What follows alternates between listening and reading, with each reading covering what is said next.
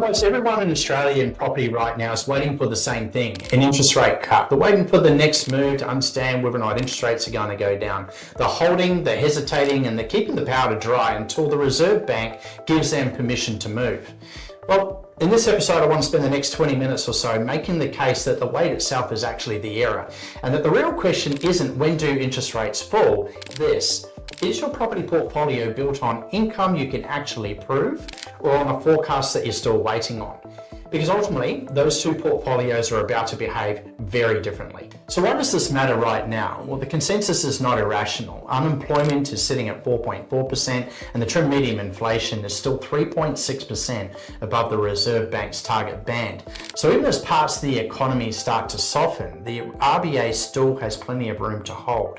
And so therefore, the interest rate cuts that many investors may have been waiting for have quietly moved further away into the future. Now, I simply don't think that this is the useful conclusion, is to say that interest rates are going to be higher for longer. I think that the useful conclusion is that the environment underneath those interest rates is becoming even more uneven. And for the last few weeks, we've described a property market that has potentially has become softer and more divergent rather than one national correction. And this week, I think we're going to go ahead and evidence test this. And this is where the decision becomes harder to do it yourself. What you do next is not just an economics question, it's an economics, lending, asset selection, and portfolio structure all at the same time. And if you look at any one of those aspects, you can move exactly for all the wrong reasons. So Prabath, let's start with the evidence. And importantly, let us start with the evidence that supports our view and perhaps the evidence that pushes against it. Yeah. Thanks, Ewan. The important point this week is that the data is not moving neatly in one direction. So that's what we need to remember. And for around 8 months, the divergent market read has broadly been confirmed. And this week, for the first time, 2 data points push against it. So that's the interesting thing. The first is rental vacancy. The Ewan Research's national vacancy rate rose to 1.3%. which suggests that the rental market may be easing a little, but it is too early to call it a trend. That figure covers the whole country and it's only 1 month of data. And quarterly June framing still had vacancies and near a record level of around 1.5%, with rents rising around 5.9%. So therefore, the rental story hasn't changed yet. So that's what we need to remember. And we need another month of data to understand it more precisely and present in a real shift. The second warning sign is Queensland house sales, and which are down around 40% according to one source. So that's a big enough fall to take seriously, but it's only coming from that particular source. So we need more evidence before jumping to a conclusion saying the Queensland market is changing the direction. And for now, it means we need to look more closely at which type of properties and which local areas are actually slowing down. That's what we need to look at perfectly. Then there is labor, that is unemployment around 4.4%, which carries more information now than an equivalent print would have been recorded a few months ago. The households have becoming coping with higher mortgage costs by working more hours and taking a second job, etc. But there's a limit how much more households can stretch. So that's what we need to analyze, and we are getting closer to that. Inflation is the other part of the picture. Underlying inflation is still running around 3.6%, which is above the RBA target. So therefore, we need to carefully analyze this in the future 3 months. And so while the jobs market is showing some signs of slowing, inflation is still too high. So that's why we need to analyze.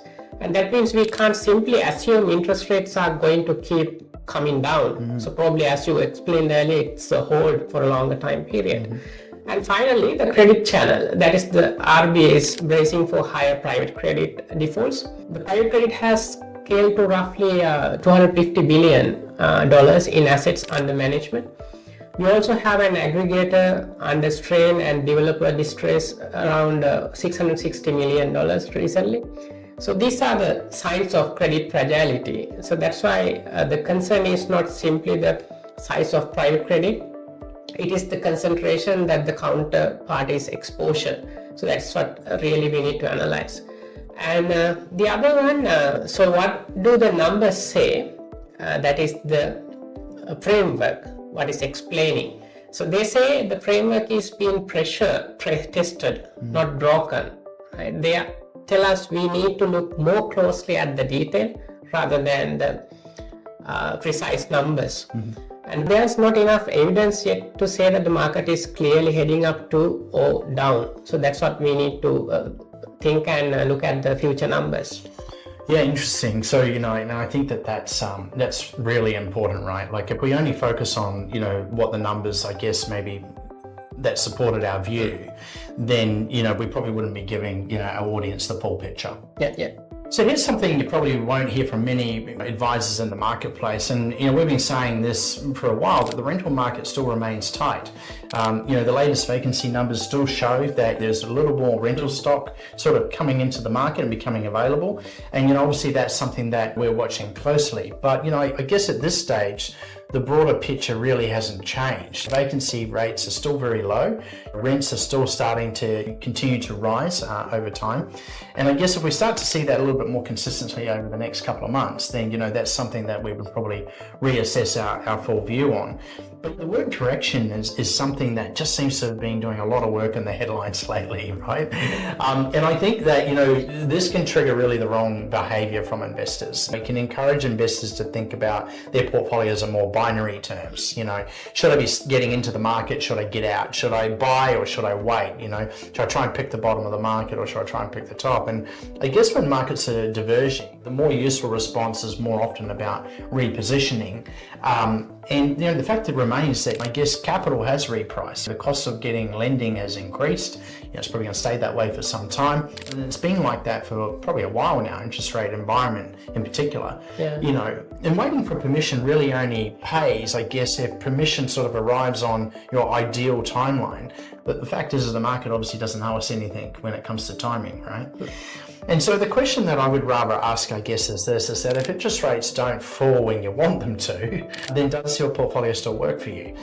And I guess if the answer sort of depends on a forecast, well, that's a very different position from a portfolio whose income, serviceability and asset selection already stand up today, right? Yes, Ewan. That is the distinction between a forecast-led position and evidence-based one. A forecast can be useful, but it should not be the load-bearing assumption. The less certain we are about where interest rates are heading, the more important it is to focus on the other aspects like real income, borrowing capacity, and the quality of the people we are dealing with. That is really important. It's really not a case for bravado, right?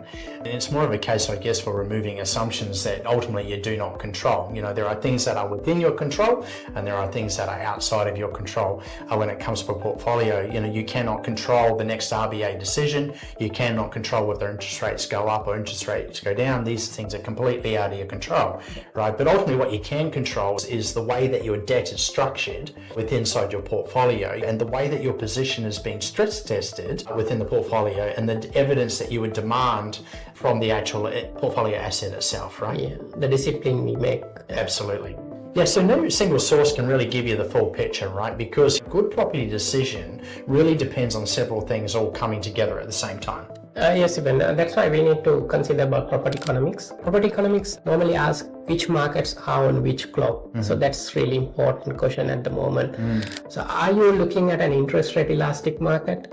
Or you are looking at a supply constrained rental market and a corridor where population and infrastructure create a lot of different profile, a demographic profile, etc. So those are the key things we need to concentrate on at the moment. Yeah, absolutely. And look, I guess when it comes to mortgage lending, it asks a different question, which is not simply, well, what does the credit cost? How much is the interest rate going to be? What are my loan repayments going to be? But is credit actually available to you?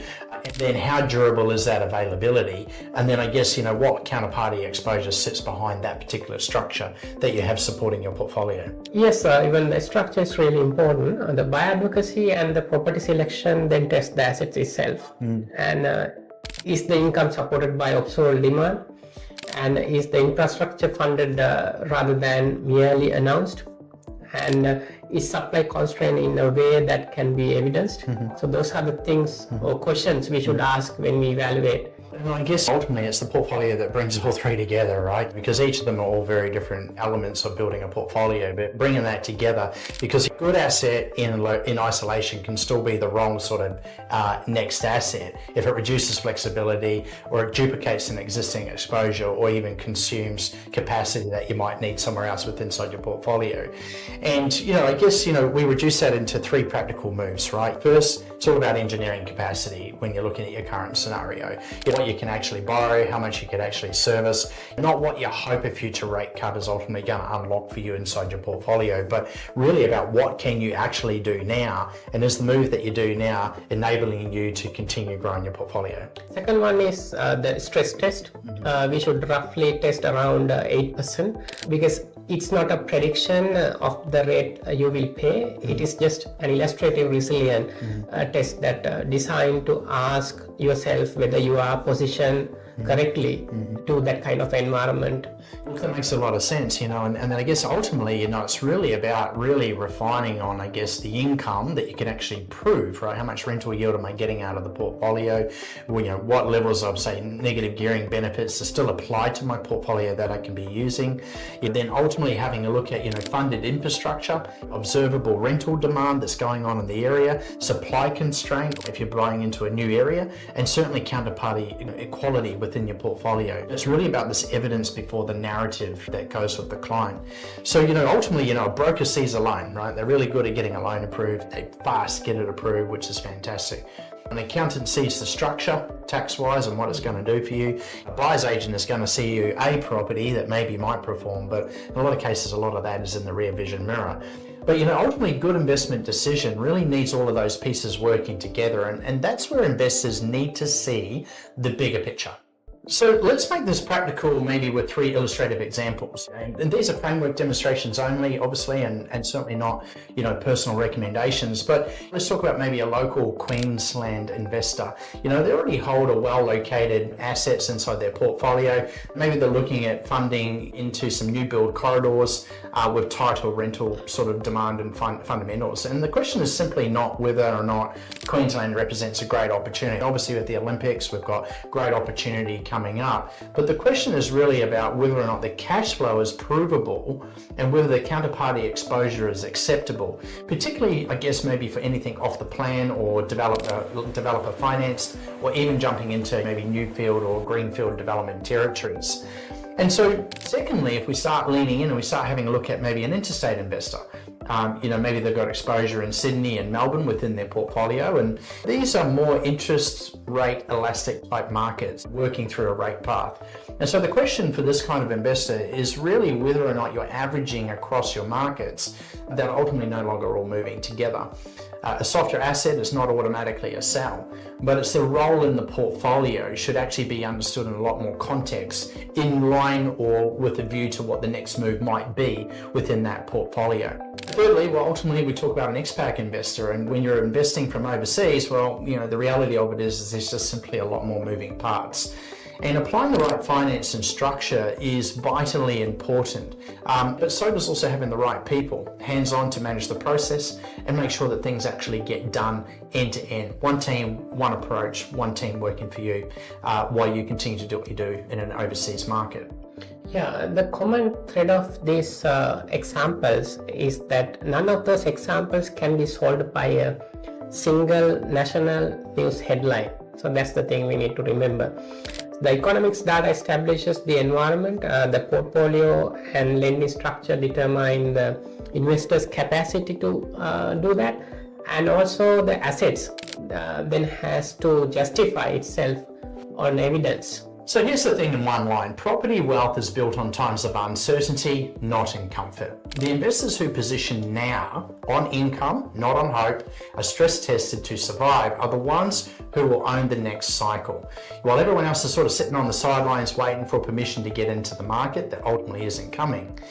And so if you want this modeled out for your current situation, your capacity, your corridors, your counterparty exposure, your stress test, then I encourage you to go ahead and book a discovery session with potentially one of our advisory team. Now, we're not here to tell you when interest rates are going to move, but what we're here to do is to make sure you actually don't need them to. We hope you enjoyed the episode tonight. If you've liked what we've been talking about this evening or have some additional threads you'd like for us to cover off on, please post a comment in below. Otherwise, go ahead and click the bell icon to the side. Otherwise, I'm Ewan Ramsey, and I'm Dr. Prabath. thank you.